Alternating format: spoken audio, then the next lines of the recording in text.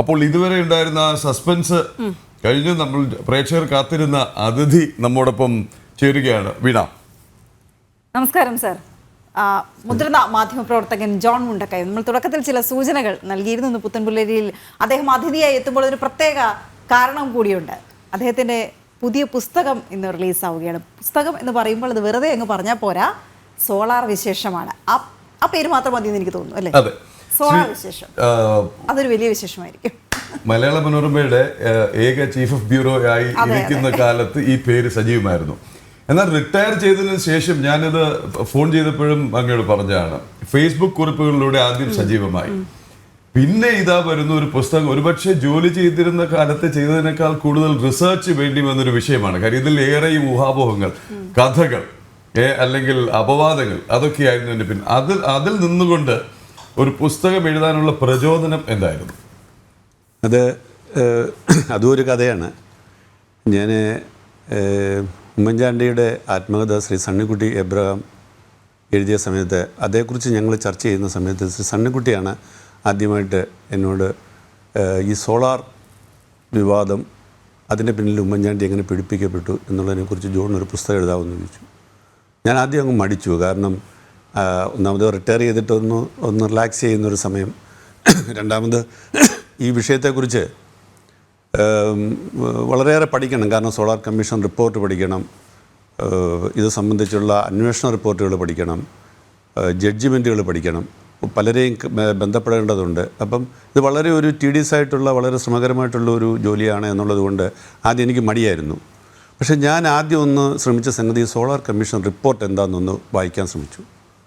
ആ റിപ്പോർട്ട് വായിച്ചു കഴിഞ്ഞപ്പോഴാണ് സത്യത്തിൽ എനിക്ക് ഇതേക്കുറിച്ച് കൂടുതൽ അന്വേഷിക്കണമെന്നും, എന്തുകൊണ്ടാണ് ഇങ്ങനെ ഒരു റിപ്പോർട്ട് എഴുതപ്പെട്ടു, എന്തുകൊണ്ടാണ് ഇങ്ങനെ ഒരു റിപ്പോർട്ടിൻ്റെ മേലെ ഇങ്ങനെ ഒരു അന്വേഷണം വന്നു, എന്തുകൊണ്ടാണ് ഈ അന്വേഷണം പാളിപ്പോയത്, എന്തായിരുന്നു അതിൻ്റെ പരിണാമങ്ങൾ, ഇതിനെക്കുറിച്ച് ഇങ്ങനെ അന്വേഷിച്ച് ചെന്നപ്പോഴത്തേക്ക് എനിക്ക് സത്യം പറഞ്ഞ പുസ്തകം എഴുതാതിരിക്കാൻ വയ്യാതായി. അതാണ് അതിൻ്റെ ഒരു രത്ന ചുരുക്കം. വാർത്തയായി തന്നെ എഴുതാം, ഫാക്റ്റ് കണ്ടെത്തുന്നു, അത് എഴുതുന്നു. പക്ഷെ ഒരു പുസ്തകം എഴുതുമ്പോൾ, പ്രത്യേകിച്ച് സോളാർ പോലെയുള്ളൊരു വിഷയത്തിൽ ആധികാരികമായി വെച്ചുകൊണ്ട് ഒരു പുസ്തകം എഴുതുമ്പോൾ ഒരുപാട് പേർ വേദനിപ്പിക്കപ്പെട്ടേക്കാം, ഒരുപാട് പേർക്കെതിരെ കൂരമ്പുകൾ പോയേക്കാം, ഒരുപക്ഷെ പ്രതിപട്ടികയിൽ കൂടുതൽ ആളുകൾ വന്നേക്കാം, സാക്ഷികളായി ചിലർ മാറിയേക്കാം, അങ്ങനെ പലതും സംഭവിക്കാം. ഒരു രഹസ്യ കൂമ്പാരമാണ് ആ പുസ്തകത്തിനുള്ളിൽ നിന്ന് ഞങ്ങൾ കരുതുന്നു. അപ്പോൾ അതൊരു വല്ലാത്ത ധൈര്യം വേണം അങ്ങനെ എഴുതാൻ.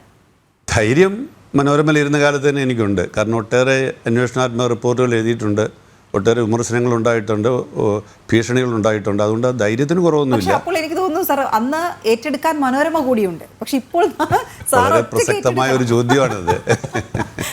ആരും പിന്തുണയ്ക്കാനില്ലാതെ ഇങ്ങനെയൊരു സത്യം പറഞ്ഞു കഴിഞ്ഞാൽ, ഞാൻ ആദ്യമായിട്ട് തുറന്ന് പറയും, എൻ്റെ കുടുംബമാണ് എനിക്ക് പിന്തുണ തന്നത്. സാധാരണഗതിയിൽ ഇത്തരത്തിലുള്ള റിസ്ക് എടുക്കാനായിട്ട് ഏറ്റവും എതിർക്കുന്നത് കുടുംബമാണ്. എനിക്ക് എൻ്റെ ഭാര്യയും എൻ്റെ മക്കളും, പ്രത്യേകിച്ച് എൻ്റെ മൂത്ത മകൻ വിവേക്, അവന് കേരള പൊളിറ്റിക്സിലുള്ള താല്പര്യവും ഉമ്മൻചാണ്ടിയോടുള്ള താല്പര്യവും വിഷയവുമാണ്. അപ്പോൾ അവരെന്നോട് പറഞ്ഞു ഇത് ചെയ്യണം, അവരിതിനെക്കുറിച്ച് കൂടുതൽ മനസ്സിലാക്കി ഞങ്ങൾ ഡിസ്കസ് ചെയ്തപ്പോൾ ചെയ്യണമെന്ന് പറഞ്ഞു. അവരുടെ കുടുംബത്തിൻ്റെ പിന്തുണയാണ് സത്യം പറഞ്ഞു കഴിഞ്ഞാൽ ഏറ്റവും വലിയ പിന്തുണ ഇത് ചെയ്യാൻ വേണ്ടി. പിന്നെ അതിനെക്കുറിച്ചുള്ള ഭീഷണികളും പിന്നെ മറ്റു കാര്യങ്ങളുമൊക്കെ വരുമ്പോൾ കാണാം എന്നുള്ളതാണ്. മറ്റൊരു കാര്യം, ഞാൻ എഴുതിയിരിക്കുന്ന കാര്യങ്ങളെല്ലാം വസ്തുതാപരവും സത്യസന്ധവും തെളിവുകളുടെ അടിസ്ഥാനത്തിലുമാണ് എന്നുള്ളത് കൊണ്ട് ആർക്കും ഇതിനെ എതിർക്കാൻ പറ്റത്തില്ല, ആരും ഇതിനെ ചോദ്യം ചെയ്യാൻ പറ്റത്തില്ല എന്നെനിക്ക് ബോധ്യമുണ്ട്. ഇപ്പോൾ കഴിയുന്നത്ര തെളിവുകൾ ശേഖരിച്ചുകൊണ്ട്, കഴിയുന്നത്ര അതിൻ്റെ ഒരു തെളിവുകളുടെ പിൻബലത്തിൽ തന്നെയാണ് ഇനി പുസ്തകം എഴുതിയിരിക്കുന്നത്. കേരള രാഷ്ട്രീയത്തിൽ ഇത്രയധികം കോളിളക്കം ഉണ്ടാക്കി, ഒരുപാട് കേസുകൾ ഉണ്ടായിട്ടാണ്, അതിൻ്റെ പലതിൻ്റെയും അവസ്ഥ പിന്നീട് നാം കണ്ടു. പക്ഷെ ഇത് ഇതുവരെ കണ്ടതിൽ ഏറ്റവും മികച്ച സർക്കാർ എന്നൊരു സൂചന നൽകുകയും ഏറ്റവും മികച്ച മുഖ്യമന്ത്രി എന്നുള്ള പദവിയിലേക്ക് ഒരാൾ അടുത്തുകൊണ്ടിരിക്കുന്നു. അദ്ദേഹം അതിനുള്ളൊരു അംഗീകാരം വാങ്ങാനായി വിദേശത്ത് പോകുന്നു. തിരിച്ചെത്തുമ്പോൾ കാണുന്നത് അദ്ദേഹത്തിൻ്റെ വിശ്വസ്തൻ അറസ്റ്റിൽ ഒരു വൻ വിവാദം പൊട്ടിപ്പുറപ്പെടുന്നു. അതിനോടനുബന്ധിച്ച് ഒരുപാട് മസാല കഥകൾ. ഇതിൻ്റെ ഉത്ഭവം എന്താണ്?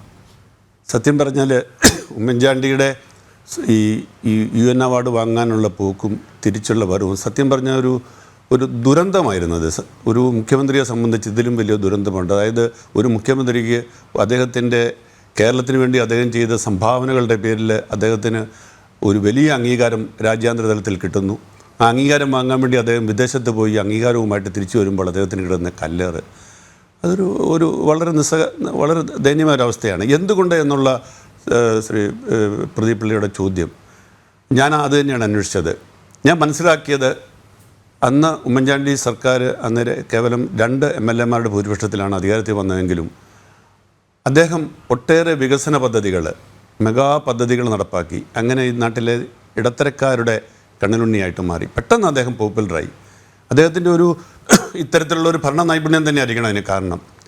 രണ്ടാമത് അദ്ദേഹം അതേ സമയത്ത് തന്നെ സാധാരണ ജനങ്ങളുമായിട്ട് താതാത്മ്യം പ്രാപിക്കുന്ന തരത്തിൽ അവർക്ക് വേണ്ടി ഒട്ടേറെ കാര്യങ്ങൾ ചെയ്തു. ഞാനെല്ലാം ഇവിടെ വിശദീകരിക്കുന്നില്ല. പക്ഷേ അത്തരത്തിലുള്ള ഈ അദ്ദേഹത്തിൻ്റെ പ്രത്യേകിച്ച് ഈ ജനസമ്പർക്ക പരിപാടികളും മറ്റു എല്ലാ ജില്ലകളിലും നടത്തി രാവിലെ തൊട്ട് വൈകുന്നേരം വരെ ജനങ്ങളുടെ ഇടയിൽ ജനക്കൂട്ടത്തിൽ നിന്നുകൊണ്ട് അവരുടെ നിവേദനങ്ങൾ കേൾക്കുകയും അതിന് പരിഹാരം കാണുകയും ഇതിന് ചെറിയ ചെറിയ കാര്യങ്ങൾക്ക് പരിഹാരം കാണുകയോ ചെറിയ സംഭാവന നൽകുന്നതല്ല, ആ ഒരു ജനങ്ങളുടെ ഇടയിൽ നിന്നുകൊണ്ട് അവരുടെ പ്രശ്നങ്ങൾ കേൾക്കാൻ ഒരു ജനനേതാവ് എന്നുള്ള ഒരു വലിയ ഒരു റെവലേഷനായിരുന്നു. അപ്പോൾ ഞാൻ മനസ്സിലാക്കുന്നത് ആ സമയത്ത് ഞാൻ വെറുതെ മനസ്സിലാക്കിയതല്ല, ഞാൻ അക്കാലത്ത് പ്രതിപക്ഷത്തുണ്ടായിരുന്ന LDF-ൽ അക്കാലത്തുണ്ടായിരുന്ന അതിനുശേഷം UDF-ൽ വന്നിട്ടുള്ള ആളുകളുമായിട്ടുള്ള പലരുമായിട്ട് സംസാരിച്ചപ്പോൾ ഞാൻ മനസ്സിലാക്കിയത് ഉമ്മൻചാണ്ടി ഇങ്ങനെ വിട്ടാൽ പറ്റില്ല. ഉമ്മൻചാണ്ടി ഇങ്ങനെ പോയി കഴിഞ്ഞാൽ അടുത്ത തെരഞ്ഞെടുപ്പിൽ ഉമ്മൻചാണ്ടി തിരിച്ചു വരും. അതുകൊണ്ട് ഉമ്മൻചാണ്ടിയെ എതിർക്കണം എന്നുള്ള ഒരു ചിന്ത വന്നു. രാഷ്ട്രീയമായിട്ട് അവരതിനെ തകർക്കാൻ തീരുമാനിച്ചു. ആ സമയത്താണ് ഈ സോളാർ വിവാദം പൊങ്ങി വരുന്നത്. സ്വാഭാവികമായിട്ടും ഭരണപക്ഷത്തുള്ള ചില ആളുകളും അതിനെ സഹായിച്ചു, ഇല്ല എന്ന് പറയുന്നില്ല. അത് അവരുടെ അധികാരം ലഭ്യതയ്ക്ക് വേണ്ടിയോ അല്ല അവരാഗ്രഹിച്ച ചില കസാരകൾ കിട്ടാത്തതിൻ്റെ പേരിൽ ഒക്കെ ഘടകകക്ഷിയിൽപ്പെട്ട ചില ആളുകളൊക്കെ ഇതിനകത്ത് കൂട്ടുന്നു. എല്ലാവർക്കും അറിയാവുന്ന കാര്യമാണ്. അല്ല, ഇത് പറഞ്ഞു വരുമ്പോഴാണ് ഇതൊരു നിർണായക ഇതിലേക്ക്, അതല്ലെങ്കിൽ ഇതൊരു വിശ്വാസ്യത കൈവരുന്നത് ഭരണപക്ഷത്ത് അല്ലെങ്കിൽ ഒപ്പം നിൽക്കുന്നുവെന്ന് അദ്ദേഹം ധരിച്ച Shri Ganesh Kumar, Shri R. Balakrishna Pillai, Shri PC George എന്നിവർ പരസ്യമായി രഹസ്യമായി വഹിച്ച പങ്ക് ഇന്ന് പരസ്യമാണ്. അതിൻ്റെ പ്രകോപനം എന്ത്, ഇവരെന്താ ചെയ്തത്? സത്യത്തിൽ ഇവർക്കാർക്കും ഉമ്മൻചാണ്ടിയോട് വ്യക്തിപരമായിട്ടുള്ള വിദ്വേഷം ഒന്നും ഉണ്ടായിരുന്നെന്ന് തോന്നുന്നില്ല. കാലത്ത് അവർക്ക് ഉമ്മൻചാണ്ടി എന്നുള്ള നേതാവിനോട് സ്നേഹം തന്നെയായിരുന്നു. പക്ഷേ അധികാരത്തിന് വേണ്ടിയുള്ള ആഗ്രഹമാണ് ഇവരെല്ലാം, അധികാരം നഷ്ടപ്പെടുന്നതിൻ്റെ പേരിലുള്ള വേദനയാണ് ഇവരെല്ലാം ഇത്തരം കാര്യങ്ങൾ ചെയ്യിച്ചതെന്നാണ് ഞാൻ കരുതുന്നത്. അത് ആദ്യം ഇത് സംബന്ധിച്ചുള്ള ആരോപണം വരുന്നത് മുഖ്യമന്ത്രിയുടെ ഓഫീസിലുള്ള അദ്ദേഹത്തിൻ്റെ പേഴ്സണൽ സ്റ്റാഫിൽപ്പെട്ട 1-2 പേരുമായിട്ട് ഒരു സ്ത്രീ നിരന്തരം ഫോണിൽ ബന്ധപ്പെട്ടു. ആ സ്ത്രീ ആ സമയത്ത് പെട്ടെന്ന് വാർത്തയിലേക്ക് വന്നത്, സരിത S. നായർ എന്ന് പറയുന്ന ആ സ്ത്രീ പെട്ടെന്ന് വാർത്തയിലേക്ക് വന്നത് അവർ ഒരു തട്ടിപ്പ് കേസിൽ അറസ്റ്റ് ചെയ്യപ്പെട്ടു. ഈ അറസ്റ്റിനെ തുടർന്ന് ഈ പേരുകൾ പുറത്തു വരുന്നു. ആ പേരുകൾ വന്നതിൻ്റെ പശ്ചാത്തലമൊക്കെ പുസ്തകത്തിൽ വിവരിക്കുന്നുണ്ട്. അപ്പോൾ ഈ 2-3 പേഴ്സണൽ സ്റ്റാഫുമായി ഇവർ സംസാരിച്ചിരുന്നു നിരന്തരം എന്നുള്ള ഒറ്റ കാരണത്തിൻ്റെ പുറത്ത് പിന്നീടുണ്ടാകുന്ന കഥകൾ ഈ സ്ത്രീ അദ്ദേഹത്തിൻ്റെ മുഖ്യമന്ത്രിയുടെ ഓഫീസിലും ക്ലിഫ് ഹൗസിലൊക്കെ നിരന്തര സന്ദർശകയായിരുന്നു എന്ന ഒരു കഥ അങ്ങുണ്ടാകുകയാണ്. പലരും എന്നോട് പറഞ്ഞിട്ട്, ഞാൻ അന്വേഷിച്ചിട്ടുണ്ട്, ഈ പുസ്തകം എഴുതുന്ന സമയത്ത് അന്വേഷിച്ചിട്ടുണ്ട്, അങ്ങനെ ഒരു നിരന്തരമായ ഒരു സന്ദർശനം ഈ സ്ത്രീ ക്ലിഫ് ഹൗസിലും ഓഫീസിലൊക്കെ നടത്തിയെന്ന് ചോദിച്ചാൽ ഞാൻ കണ്ടിട്ടില്ല. ഞാൻ വളരെയേറെ തവണ ക്ലിഫ് ഹൗസിൽ പോയിട്ടുണ്ട്, വളരെയേറെ തവണ അവിടെ ചെലവഴിച്ചിട്ടുണ്ട്. ഒരിക്കലും ഞാൻ ഈ സ്ത്രീയെ കണ്ടില്ല. അപ്പോൾ കണ്ട സ്ത്രീയെ എങ്ങനെ ഓർക്കുമെന്ന് ചോദിച്ചു കഴിഞ്ഞാൽ കമ്മീഷൻ തന്നെ പറഞ്ഞിട്ടുണ്ട്, ഈ സ്ത്രീ ആരും മറക്കില്ല, ഒറ്റ ആകാര പ്രത്യേകത കൊണ്ട് തന്നെ ആ സ്ത്രീയെ മറക്കാൻ പറ്റില്ല എന്ന് കമ്മീഷൻ റിപ്പോർട്ട് ചെയ്തിട്ടുണ്ട്. അങ്ങനെയാണെങ്കിൽ എൻ്റെ ശ്രദ്ധയിലും പെടേണ്ടതാണ്. ഞാൻ കണ്ടിട്ടില്ല. ഞാൻ പലരോടും ചോദിച്ചു, അവരാരും കണ്ടിട്ടില്ല. പിന്നെ എങ്ങനെ ഈ കഥ വന്നു ചോദിച്ചാൽ ആ കഥ എങ്ങനെ ഉണ്ടായി? ആ കഥ പ്രതിപക്ഷം കൃത്യമായിട്ട് ഏറ്റെടുത്തു. അവർ അതിൻ്റെ പുറത്ത് വീണ്ടും കഥകളുണ്ടാക്കി, അഴിമതി ആരോപണങ്ങളുണ്ടാക്കി. ഉമ്മൻചാണ്ടിയുമായിട്ട് ഈ സ്ത്രീ പലപ്പോഴും സംസാരിച്ചിട്ടുണ്ട് എന്നും അവിടെ പോകാറുണ്ടായിരുന്നു എന്നും മാത്രമല്ല, ഈ ഉമ്മൻചാണ്ടിയുടെ പേഴ്സണൽ സ്റ്റാഫുമായിട്ട് ഈ സ്ത്രീ സംസാരിച്ച മണിക്കൂറുകൾ നീണ്ട സംഭാഷണമൊക്കെ ഉമ്മൻചാണ്ടിയുമായിട്ട് സംസാരിച്ചാണ്. ഇതൊന്നും സാധ്യമല്ലെന്ന് എല്ലാവർക്കും അറിയാം. കാരണം ഉമ്മൻചാണ്ടിക്ക് ഒരു ഫോണിൽ ഒരു 10-20 സെക്കൻഡിൽ മിനിറ്റ് കൂടുതൽ ഒരാളോട് സംസാരിക്കാൻ പറ്റത്തില്ല. അപ്പോൾ അടുത്ത കോൾ വരും. അങ്ങനെയുള്ള ഉമ്മൻചാണ്ടി ഈ സ്ത്രീയുമായിട്ട് മണിക്കൂറുകൾ സംസാരിച്ചു എന്ന് വരെ കഥകളുണ്ടായി. ഇതൊന്നും അറിയാൻ വയ്യാത്ത കുറേ പേർ അതൊക്കെ വിശ്വസിച്ചു. പിന്നെ ഇത്തരത്തിലുള്ള ശ്രീ പ്രദീപ് പിള്ളയ്ക്ക് അറിയാവുന്നതുപോലെ ക്രൈം, സെക്സ്, അഴിമതി ഇത്തരം കാര്യങ്ങളിലൊക്കെ കൂട്ടിച്ചേരുമ്പോഴത്തേക്ക് പെട്ടെന്ന് സെൻസേഷനിലാവും, ആളിക്കത്തും. അങ്ങനെ ഒരു സാഹചര്യത്തിൽ പിന്നെ ഉമ്മൻചാണ്ടി എൻ്റെ അഭിപ്രായത്തിൽ അദ്ദേഹം പല കാര്യങ്ങളിലും വളരെ ഉദാസീന മനസ്കനാണ്. സ്വന്തം തനിക്കെതിരെ വരുന്ന ആരോപണങ്ങൾ തടയാനോ അതിനെ എതിർക്കാനോ അതിനെ സമയങ്ങളിൽ സ്റ്റോപ്പ് ചെയ്യാനോ ഒന്നും ഒരു ശ്രമവുമില്ല. അതൊക്കെ വരട്ടെ, അത് വന്നു കഴിഞ്ഞാൽ അതിന് പൊക്കോളും. ഞാനൊരു തെറ്റും ചെയ്തിട്ടില്ല എന്നുള്ള ഒരു ചിന്ത ഭരിച്ചിരുന്ന ഒരു നേതാവ് അതിൻ്റെയും കൂടി ഒരു പിന്നെ പ്രതിഫലനമാണ് വാസ്തവത്തിൽ ഇതിനകത്ത് ഉണ്ടായത്. ഇത് ഈ കമ്മീഷന്റെ വിശേഷങ്ങളിലേക്ക് അവസാനം വരാം, അത് തന്നെ ഒരു പുസ്തകത്തിനുണ്ടാവും. പക്ഷേ ഇതിപ്പോൾ ഈ പറഞ്ഞത് ഘടകകക്ഷികൾ അല്ലെ ഘടകകക്ഷി നേതാക്കൾ അവരുടെ അധികാരമുഖം. ഈ മല്ലേലിൽ ശ്രീധരൻ നായർ എന്ന് പറയുന്നയാളുടെ പരാതിയാണ് ഇതിൽ ഏറ്റവും ക്രെഡിബിൾ ആയിട്ട് ആദ്യം തോന്നിയത്. കാര്യം അദ്ദേഹം പരസ്യമായി മാധ്യമങ്ങളുടെ മുന്നിൽ, ഞാനന്ന് മറ്റൊരു ചാനലിലാണ്, ടൈംസ് നൗവിലാണ്, മുന്നിൽ വ്യക്തമായി പറയുന്നു ഇന്ന ആൾ വിളിച്ചിരുന്നു, ഇവിടെ നിന്ന് വിളിച്ചിരുന്നു, ഈ പരാതി കൃത്യം പരാതിയാണ്. പക്ഷെ മല്ലേലിൽ ശ്രീധരൻ നായരെ കളത്തിലിറക്കിയത് കോൺഗ്രസിലെ തന്നെ ചിലരാണ്. ഇപ്പൊ പ്രതിപക്ഷത്തിനൊരു ആക്ഷേപം, ഒരു ആരോപണം കിട്ടിക്കഴിഞ്ഞാൽ അത് ഏറ്റെടുത്തില്ലെങ്കിലല്ലേ വാർത്തയാവുന്നുള്ളൂ. അപ്പം കോൺഗ്രസിന് ഉള്ളിൽ നിന്ന് ചെറുതല്ലാത്ത സഹായം, അതല്ലെങ്കിൽ ചെറുതല്ലാത്ത ഇനിഷ്യേറ്റീവ് ഉണ്ടാകുന്നു. അതാണല്ലോ ഈ കോൺഗ്രസ് പാർട്ടിയുടെ ഒരു പ്രത്യേകത. അത് CPM പോലൊരു കേഡർ പാർട്ടിയല്ല, അങ്ങനെ ഒരു ഏക വ്യക്തി നിയന്ത്രിതമായ അല്ലെങ്കിൽ അങ്ങനെ ഒരു കൺട്രോളുള്ള ഒരു അയൺ കർട്ടനുള്ള ഒരു പാർട്ടി അല്ലാത്തതുകൊണ്ട്, ജനാധിപത്യം ഏറ്റവും കൂടുതലുള്ള ഒരു പാർട്ടി ആയതുകൊണ്ട് ഇത്തരത്തിലുള്ള പിന്നെ നീക്കങ്ങളൊക്കെ അതിനകത്ത് നടന്നിട്ടുണ്ടാവാം. അതിനെ സംബന്ധിച്ച് എനിക്ക് തെളിവുകളില്ലാത്തതുകൊണ്ട് ഞാനതേക്കുറിച്ച് പറയുന്നില്ല. ആരോപണങ്ങളായിട്ട് ഞാനും അത് ശ്രദ്ധിച്ചിട്ടുണ്ട്. ഏതായാലും ഒരു കാര്യം ഞാൻ പറയാം, മല്ലേലി ശ്രീധരൻ നായരുടെ ആരോപണം അടിസ്ഥാനരഹിതമാണ് എന്ന് ഹൈക്കോടതിയുടെ വിധിയിൽ കൃത്യമായി പറഞ്ഞിട്ടുണ്ട്. മല്ലേലി ശ്രീധരൻ നായരുടെ ആരോപണത്തിൽ പ്രധാനമായിട്ടുള്ളത് ഈ ആരോപണ വിധേയയായ സ്ത്രീയുടെ ശുപാർശയിൽ, സ്ത്രീ കൂട്ടിക്കൊണ്ടുപോയി ഉമ്മൻചാണ്ടിയെ കണ്ടതിൻ്റെ അടിസ്ഥാനത്തിലാണ് നിക്ഷേപം നടത്തിയതെന്ന്. അതല്ല എന്ന് കോടതി വിധിയിൽ കൃത്യമായി പറഞ്ഞിട്ടുണ്ട്. എന്ന് മാത്രമല്ല, കോടതി ഒരു കാര്യം കൂടെ അതിനകത്ത് കൂടുതൽ ചോദിച്ചിട്ടുണ്ട്. ഇനി അഥവാ മല്ലേലി ശ്രീധരൻ നായർ ഈ സരിതാ എസ് നായരും കൂടെ പോയി മുഖ്യമന്ത്രിയെ കണ്ടു, അവിടെ വെച്ച് മുഖ്യമന്ത്രി ഈ പ്രോജക്റ്റ് നല്ലതാണ് എന്ന് പറഞ്ഞാൽ പോലും അതെങ്ങനെയാണ് ഈ നിക്ഷേപത്തിൽ മുഖ്യമന്ത്രിക്ക് പങ്കാളിത്തം ഉണ്ടാകുന്നത്, അല്ലെങ്കിൽ മുഖ്യമന്ത്രി ഇതിനകത്ത് കച്ചവടം നടത്തി എന്ന് പറയുന്നത് ശുദ്ധ അസംബന്ധമാണ് എന്ന് ഈ വിധി വായിച്ചതിൻ്റെ അടിസ്ഥാനത്തിലാണ് ഞാൻ ഇതെല്ലാം പറയുന്നത്. ആ വിധിയുടെ വിശദാംശങ്ങളൊക്കെ ഒന്നുകിൽ എല്ലായിടത്തും വന്നിട്ടില്ല, അല്ലെങ്കിൽ എല്ലാവരും മറന്നുപോയി. അങ്ങനെ ഒന്നൊന്നായിട്ട് ഈ കമ്മീഷൻ റിപ്പോർട്ടിനെയും ഇത് സംബന്ധിച്ചുള്ള ഇത്തരത്തിലുള്ള ആരോപണങ്ങളെല്ലാം പിച്ചി ചീന്തി ചവിറ്റുകൊട്ടയിലിടുന്ന വിധികളാണ് ഹൈക്കോടതിയിൽ നിന്നുണ്ടായിട്ടുള്ളത്. അപ്പോൾ വിധികളെല്ലാം കാര്യമായി പഠിച്ചുകൊണ്ട് എഴുതിയ ഒരു കാര്യമാണ് ഈ കേസിൽ തന്നെ. ഈ ഒരുപക്ഷെ ഇത് സോളാർ വിശേഷം എന്ന് പറഞ്ഞുകൊണ്ട് ഞാൻ പറഞ്ഞു, ഈ വിശേഷത്തിൽ തന്നെ രണ്ട് ഭാഗങ്ങളുണ്ട്. ഒന്ന് സോളാറുമായി ബന്ധപ്പെട്ട സോളാർ കേസ്, യഥാർത്ഥ സോളാർ കേസ്, അതിൽ പ്രതിയുണ്ട്, വാദിയുണ്ട്, അങ്ങനെ എല്ലാവരും ഉണ്ട്. പക്ഷെ അതുമായി ബന്ധപ്പെട്ട് പിന്നീട് വന്ന ചില പീഡന കഥകൾ, അങ്ങനെ പറയുന്ന ചില മറ്റൊരു വശം കൂടിയുണ്ട്. അതിൽ നമുക്ക് ഒരുപക്ഷെ അവിടെ അതിജീവിത എന്നാണ് നമ്മൾ ആ വാക്കുകൾ ഉപയോഗിക്കുന്നത്, അല്ലെങ്കിൽ അതിന് ആ ഇര എന്ന വാക്കുകൾ ഒക്കെയാണ് നമ്മൾ പോകുന്നത്. അപ്പോൾ ആ പേര് പറയാൻ കൂടി ഒരുപക്ഷെ നമുക്ക് സാധിക്കില്ല. ഇനി രാഷ്ട്രീയത്തിലെ കാര്യം ഇപ്പോൾ കാശിനാഥൻ ചൂണ്ടിക്കാണിക്കുന്നുണ്ട്, ഇത് രാഷ്ട്രീയ കേരളം ഏറ്റെടുക്കട്ടെ എന്നുള്ളത്. ശരിയാണ്, ഇത് രാഷ്ട്രീയമാണ് ഇതിൽ കൂടുതൽ ചർച്ച ചെയ്യപ്പെടുന്നത്. അത് പറഞ്ഞുകൊണ്ട് ഇതോടെ പറഞ്ഞേക്കാം, ധാരാളം പ്രേക്ഷകർ ഒരു കാര്യം, ഈ മറ്റൊരു ടെലിവിഷൻ ചാനലിനെ പോലെയല്ല, വളരെ സജീവമായ ഒരു പ്രേക്ഷക കൂട്ടായ്മയുണ്ട്. ഇനി ചാനലിനെതിരെ ഒരു ആക്രമണം വന്നു കഴിഞ്ഞാൽ ആദ്യം പ്രതിരോധിക്കുന്നത് ഇവരാണ്. എല്ലാ ദിവസവും രാവിലെ ഞങ്ങൾ വരുന്നതിന് മുമ്പ് അവരിവിടെ ഉണ്ടാവും, വരുന്നവർക്കൊക്കെ നമസ്തേ പറഞ്ഞുകൊണ്ട് അങ്ങനെ ധാരാളം പേര് ശ്രീ ജോൺ മുണ്ടക്കയത്തിന് നമസ്തേ പറയുന്നുണ്ട്, അങ്ങേക്ക് കമന്റുകൾ വരുന്നുണ്ട്, കുടുംബം ഒപ്പമുണ്ടല്ലോ, ആശംസ പറയുന്നുണ്ട്, കുടുംബം ഒപ്പമുണ്ടല്ലോ, ധൈര്യമായി എഴുതണമെന്ന് അജിത് ഭാസ്കറിന്റെ കമന്റ് ഉണ്ടായിരുന്നു, അതുപോലെ നന്ദനാളുടെ കമന്റ് ഉണ്ടായിരുന്നു. അങ്ങനെ ധാരാളം പ്രേക്ഷകർ ആശംസ നേരുന്നു. അപ്പൊ അതിന്റെ കൂടി പശ്ചാത്തലത്തിലാണ് ഞാനിത് ചോദിക്കുന്നത്. ഒന്ന്, അത്തരം തുറന്നു പറച്ചപ്പോൾ നമുക്ക് ആ പേര് പോലും ചിലയിടങ്ങളിൽ പറയണം, ചിലയിടങ്ങളിൽ പറയാൻ കഴിയില്ല. സോളാർ വിവാദത്തിൽ അത് പറയണം, സോളാർ കേസിൽ അത് പറയണം. പക്ഷെ മറ്റൊരു ഭാഗത്തെ വിവാദം വരുമ്പോൾ ആ പേര് നമുക്ക് പറയാൻ കഴിയുകയില്ല. ഇങ്ങനെയുള്ളൊരു വലിയ പ്രശ്നം ഈ ബുക്ക് എഴുതുമ്പോൾ, ഇതൊരു രചന എന്ന് പറയുന്ന ഒരു എഴുത്തുകാരൻ നേരിടുന്ന ചില പ്രതിസന്ധികൾ കൂടി ഉണ്ടാവും ഇത്തരം കാര്യങ്ങൾ എഴുതുമ്പോൾ. അപ്പം ഈ രാഷ്ട്രീയം ഇപ്പോഴും സജീവമായി നിൽക്കുന്ന ആളുകൾ തന്നെ, ഇപ്പോഴും രാഷ്ട്രീയത്തിൽ സജീവമായി നിൽക്കുന്ന ആളുകൾ തന്നെയാണ് ഇതിലെ പ്രധാന കഥാപാത്രങ്ങളായി വരുന്നത്. അപ്പോൾ എങ്ങനെ അത് പ്ലേസ് ചെയ്ത് ഒരു ബുക്കിൻ്റെ രൂപത്തിലേക്ക് അത് കൊണ്ടുവന്നു? അതിന് പ്രധാന കാരണം ഇതിനകത്ത് ഏറ്റവും നിർണായകമായിട്ടുള്ള ഒരു സംഗതി എന്ന് പറഞ്ഞാൽ CBIയുടെ റിപ്പോർട്ടാണ്. CBIയുടെ റിപ്പോർട്ട് ബാക്കി നേരത്തെ പോലീസ് നടത്തിയ അന്വേഷണത്തിലൊക്കെ ഇതിനകത്ത് തെളിവില്ല, ഉമ്മൻചാണ്ടിക്കെതിരെ തെളിവില്ല, ഉമ്മൻചാണ്ടിക്കെതിരെയുള്ള ആരോപണങ്ങളൊക്കെ തെളിവില്ലാത്തത് കൊണ്ട് ഞങ്ങൾക്ക് കേസെടുക്കാൻ നിവൃത്തിയില്ല എന്ന് പറഞ്ഞ് പോയെങ്കിൽ CBI അതിനകത്ത് ഒരു പടിയും കൂടെ കടന്നിട്ട് ഉമ്മൻചാണ്ടിക്കെതിരായിട്ടുള്ള ആരോപണങ്ങളെല്ലാം വ്യാജനിർമ്മിതമാണ് എന്ന് പറയുക മാത്രമല്ല ചെയ്തത്.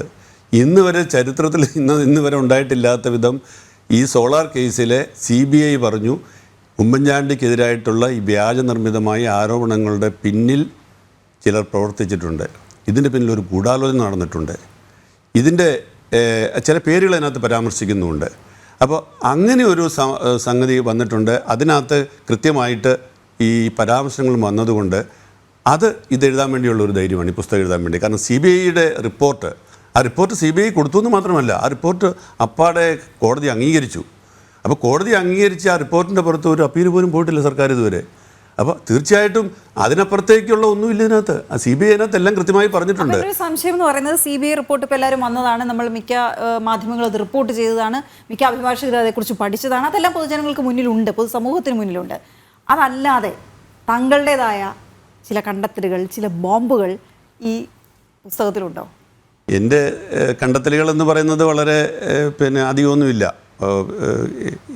പ്രധാനമായിട്ടും ഉമ്മൻചാണ്ടി എന്ന് പറയുന്ന വ്യക്തിയെ കഴിഞ്ഞ 3.5 പതിറ്റാണ്ടായിട്ട് അറിയുന്ന ഒരാളെന്നുള്ള നിലയിൽ ഉമ്മൻചാണ്ടിക്കെതിരായിട്ട് വന്ന ഈ ആരോപണങ്ങൾ, പ്രത്യേകിച്ച് 72-ാം വയസ്സിൽ അദ്ദേഹത്തിനെതിരായിട്ട് വന്ന ഈ ലൈംഗിക ആരോപണം, അത് എനിക്ക് ഉൾക്കൊള്ളാൻ പറ്റുന്നൊരു കാര്യമായിരുന്നില്ല അദ്ദേഹത്തെ അറിയുന്നതുകൊണ്ട്. പക്ഷേ നമുക്കറിയാമല്ലോ, ഒരു ആരോപണം വരുന്നു, അന്വേഷണം വരുന്നു, ആ ഘട്ടത്തിലൊന്നും നമുക്കതിനെക്കുറിച്ച് നമ്മുടെ കയ്യിൽ തെളിവുകളില്ലാതെ ഒന്നും ചെയ്യാൻ പറ്റത്തില്ല. പക്ഷേ ആ ഒരു ബോധ്യമാണ് എനിക്ക് ഫസൽ പുസ്തകം എഴുതാനുള്ള ഒരു പ്രേരണയായത്. പിന്നെ ഇതിനകത്ത് ഏറ്റവും വിവാദമുണ്ടാക്കിയ ഒരു സംഗതി, ആ സമരം നടന്ന കാലത്ത് ശ്രീ ജോൺ ബ്രിട്ടാസ് എന്നെ വിളിച്ച സമരം തീർക്കാൻ വേണ്ടി മുഖ്യമന്ത്രിയുമായിട്ട് സംസാരിക്കാമോ എന്ന് ചോദിച്ചു. ഞാൻ സംസാരിച്ച വിവരങ്ങളെല്ലാം ഇപ്പം എല്ലാവർക്കും അറിയാവുന്ന കാര്യങ്ങളാണ്. പക്ഷേ അദ്ദേഹം അത് പൂർണ്ണമായിട്ട് നിഷേധിച്ചു. ഞാൻ അതിനുശേഷം ഈ പുസ്തകത്തിൽ ഒരു കാര്യം കൂടെ പറയുന്നുണ്ട്. അദ്ദേഹം ഈ പുസ്തകം എഴുതുന്ന സമയത്ത് ഒരിക്കൽ ഞാൻ ഒരു ഘടകകക്ഷി നേതാവിന്, അതായത് ഇതിനകത്ത് ഉൾപ്പെട്ട ഒരാൾ, ഞാൻ പേര് പറയുന്നില്ല, പിന്നീടത് വ്യക്തമാവും, ആ വ്യക്തിയോട് ഞാൻ വിളിച്ച് ഈ കാര്യം സംസാരിക്കുമ്പോൾ അദ്ദേഹം ഇതിനകത്തൊരു, ഞാൻ ഈ സംസാരിച്ച ഒരാളായതുകൊണ്ട് അതോട് സംസാരിച്ച് കഴിഞ്ഞ് കുറച്ച് കഴിഞ്ഞപ്പം ശ്രീ ജോൺ ബ്രിട്ടാസ് എൻ്റെ ഒരു സുഹൃത്തിനെ വിളിച്ചു, ഒരു കോമൺ ഫ്രണ്ട് വിളിച്ചിട്ട്, ആ സുഹൃത്ത് എന്നെ ഏതാനും മണിക്കൂറുകൾക്കുള്ളിൽ എന്നെ വിളിച്ചിട്ട് പറഞ്ഞു, അല്ല ജോൺ ഇങ്ങനെ ഒരു പുസ്തകം എഴുതുന്നു കേട്ടു സോളാറിനെ കുറിച്ച്, അതിനകത്ത് ബ്രിട്ടാസ് ജോണിനെ ഫോണിൽ വിളിച്ച കാര്യം എഴുതുന്നുണ്ടെന്നറിഞ്ഞു, അത് എഴുതാതിരുന്നാൽ നന്നായിരുന്നു എന്ന് ബ്രിട്ടാസ് പറഞ്ഞു എന്ന് പറഞ്ഞു. അപ്പോൾ ഞാൻ പറഞ്ഞു, ഇതിനകത്തെ പ്രധാനപ്പെട്ടൊരു പോയിൻ്റാണ്. കാരണം ആ സമരം എങ്ങനെ തീർന്നു, സമരത്തെക്കുറിച്ച് പറയുമ്പോൾ സമരം എങ്ങനെ തീർന്നു എന്ന് പറയണ്ടേ. അപ്പോൾ ഞാനെങ്ങനെ അത് എഴുതാതിരിക്കുന്നത്, എനിക്ക് അതുകൊണ്ട് അത് എഴുതാതിരിക്കാൻ പറ്റത്തില്ല. പിന്നെ അതിനകത്തൊരു ചെറിയ പരാമർശനം മാത്രമേ ഉള്ളൂ, വർഷം 10-11 കഴിഞ്ഞു, അതുകൊണ്ട് ഇനി അതൊരു വലിയ വാർത്തയൊന്നും ആവില്ല എന്ന് ഞാൻ പറഞ്ഞു. അദ്ദേഹം ശരിയെന്ന് പറഞ്ഞ് ഫോൺ വെച്ചു. കുറച്ച് കഴിഞ്ഞ് അദ്ദേഹം വീണ്ടും എന്നെ വിളിച്ച് പറഞ്ഞു, ബ്രിട്ടാസ് ഒരു കാര്യം എന്നോട് പറഞ്ഞു, ഇത് എഴുതിയാൽ ബ്രിട്ടാസ് നിഷേധിക്കുമെന്ന് പറഞ്ഞു. ഞാൻ പറഞ്ഞു, അദ്ദേഹത്തിന് ഇഷ്ടം, നിഷേധിച്ചേട്ടെന്ന് പറഞ്ഞു. ഇത് ഒരു പുതിയ വെളിപ്പെടുത്തലാണെന്ന് പറയും. ഈ ഡീൽ എന്തായിരുന്നു? ഏതാ ഡീൽ? സമരം പിൻവലിക്കുന്നതിന് സത്യം പറഞ്ഞാൽ അതിനകത്തൊരു ഡീലുണ്ട് എന്നുള്ളതിനെ കുറിച്ച് എനിക്ക് ബോധ്യമില്ല. എനിക്ക് ബോധ്യമില്ലാത്ത കാര്യം പറയത്തില്ല. ആരോപണങ്ങളുണ്ട്. എന്നെ സംബന്ധിച്ച് ഞാൻ അറിയുന്നത്, എന്നോട് CPM-ലെ പലരും പറഞ്ഞത്, ആ സമയത്ത് ആ സമരം മുന്നോട്ട് കൊണ്ടുപോകാൻ പറ്റാത്ത ഒരു സ്ഥിതിയിലേക്ക് കാര്യങ്ങളെത്തി.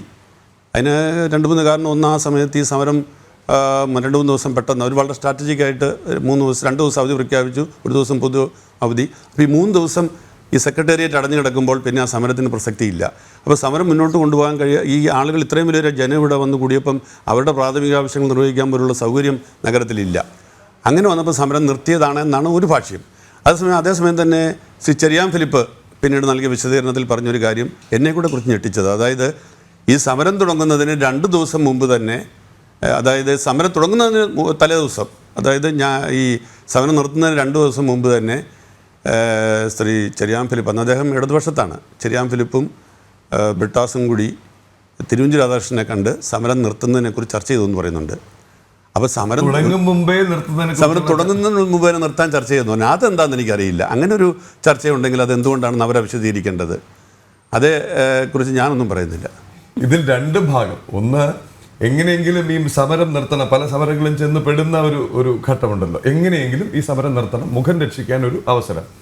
2, അതിലും വലുതാണ് കേട്ട ആക്ഷേപം എന്ന് പറയുന്നത് TP ചന്ദ്രശേഖരൻ വധത്തിനെ കുറിച്ചുള്ള അന്വേഷണം. അത് ഇപ്പോൾ എത്തിയിടം വരെ മതി, അവിടെ വെച്ച് നിർത്തണം, നിർത്തിയാൽ ഈ സമരം പിൻവലിക്കാം. എനിക്കത് ശരിയാണെന്ന് തോന്നിയിട്ടില്ല. അതൊരു ആരോപണം മാത്രമായിട്ടാണ് ഞാൻ കരുതുന്നത്. ഇനി അങ്ങനെ ഒരു ഡീല് ഉണ്ടെങ്കിൽ അത് അറിയാവുന്നവരാണ് വെളിപ്പെടുത്തേണ്ടത്. ഞാനതേക്കുറിച്ചൊന്നും പറയുന്നില്ല. അപ്പോൾ അതിലേക്ക് കോൺഗ്രസ് UDF ഭരിക്കുന്നു, ശ്രീ ഉമ്മൻചാണ്ടി മുഖ്യമന്ത്രി, ശ്രീ തിരുവഞ്ചൂർ രാധാകൃഷ്ണൻ ആഭ്യന്തരമന്ത്രി. ഒരു സർക്കാരും അവർക്ക് വിശ്വാസമില്ലാത്ത ഒരാളെ പോലീസിന്റെ തലപ്പത്ത് ഇരുത്തില്ല, എത്ര പ്രഗത്ഭനായാലും.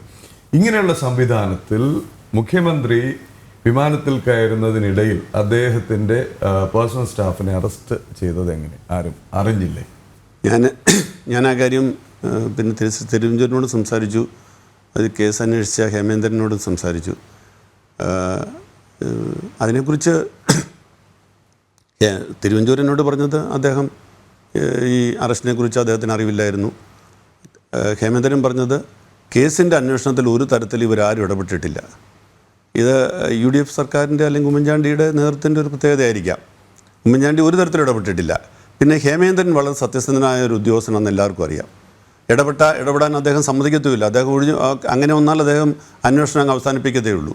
അപ്പോൾ ഹേമചന്ദ്രൻ്റെ അന്വേഷണത്തിൽ സത്യമായി തന്നെ പുറത്തു വരുമെന്ന് അറിയാവുന്നത് കൊണ്ട് ഇവരാരും ഇടപെട്ടില്ല എന്നും, അങ്ങനെ ഉള്ള അന്വേഷണത്തിൻ്റെ ഒരു ഘട്ടത്തിൽ എന്തുകൊണ്ടാണ് ഈ ഒരു അറസ്റ്റ് അവിടെ നടന്നത് എന്നുള്ളത് എൻ്റെ പുസ്തകത്തിൽ പറയുന്നുണ്ട്. അത് ഹേമേന്ദ്രൻ അല്ലെങ്കിൽ ഈ കേസിൻ്റെ അന്വേഷണത്തിന് നേതൃത്വം കൊടുത്ത ആൾ അത് വിശദീകരിക്കുന്നുണ്ട്. എന്തുകൊണ്ടാണ് ഒരാളെ എനിക്ക് അറസ്റ്റ് ചെയ്യേണ്ടി വന്നത്? ഇത് മുഖ്യമന്ത്രിയോട് അത് എന്തുകൊണ്ടാണെന്ന് ചോദിച്ചു കഴിഞ്ഞാൽ, നമ്മുടെ ജനാധിപത്യത്തിൽ പോലീസ് സംവിധാനത്തിൽ നമ്മൾ പ്രതീക്ഷിക്കുന്നത് എന്താണ്? എല്ലാം ഒരു അന്വേഷണം ഏർപ്പെടുത്തി കഴിഞ്ഞാൽ അതിനകത്ത് മുഖ്യമന്ത്രി ആഗ്രഹിക്കുന്ന പോലെ, ആഭ്യന്തരമന്ത്രി ആഗ്രഹിക്കുന്ന പോലെ, അല്ലെങ്കിൽ മന്ത്രിസഭ ആഗ്രഹിക്കുന്ന പോലെ, അല്ലെങ്കിൽ രാഷ്ട്രീയ നേതാക്കൾ ആഗ്രഹിക്കുന്ന പോലെ റിപ്പോർട്ട് കൊടുക്കാനാണ്. പിന്നെ എന്തിനാ പോലീസ്? അപ്പോൾ ഫുൾ ഫ്രീഡം കൊടുത്തു ഹേമേന്ദ്രന്. ഫുൾ ഫ്രീഡം അനുസരിച്ച് അദ്ദേഹത്തിന് തോന്നി ഇതിനകത്ത് ഒരാൾ കുറ്റവാളിയാണ്. ആ കുറ്റവാളി ആളെ എന്തുകൊണ്ടാണ് അദ്ദേഹം കുറ്റവാളിയാകുന്നതെന്ന് കൃത്യമായിട്ട് അദ്ദേഹത്തിൻ്റെ റിപ്പോർട്ടിൽ പറയുന്നുണ്ട്. എന്തുകൊണ്ടാണ് അദ്ദേഹം കുറ്റവാളിയാകുന്നതെന്ന് ഞാൻ എൻ്റെ പുസ്തകത്തിൽ പറയുന്നുണ്ട്. അതിൻ്റെ അടിസ്ഥാനത്തിലാണ് അറസ്റ്റ് ഉണ്ടായത്. അത് നമ്മളുടെ കേരളത്തിലെ ഇപ്പോഴത്തെ രാഷ്ട്രീയ സാഹചര്യത്തെ നമ്മൾ ചിന്തിക്കുമ്പോൾ ഈ മുഖ്യമന്ത്രിയുടെ കഴിവുകേടല്ലേ, പിന്നെ അല്ലെങ്കിൽ തിരുവഞ്ചൂരിൻ്റെ കഴിവുകേടല്ലെന്നൊക്കെ ചോദിക്കാം. പക്ഷേ ഇറ്റ് ഹാസ് ഹാപ്പൻഡ്, അതെനിക്ക് പറയാൻ പറ്റില്ല. പിന്നെയും ഒരു ചോദ്യം വരുന്നത്, ഒരു ഐഡിയൽ സിറ്റുവേഷൻ ആണ് അങ്ങിപ്പോൾ പറഞ്ഞത്. അതെ, അതായത് മുഖ്യമന്ത്രി, ആഭ്യന്തരമന്ത്രി, ഉദ്യോഗസ്ഥൻ അന്വേഷണ ചുമതല ഏൽപ്പിക്കുന്നു, വളരെ കൃത്യമായി അന്വേഷിക്കുന്നു, യുക്തമായ നടപടിയെടുക്കുന്നു.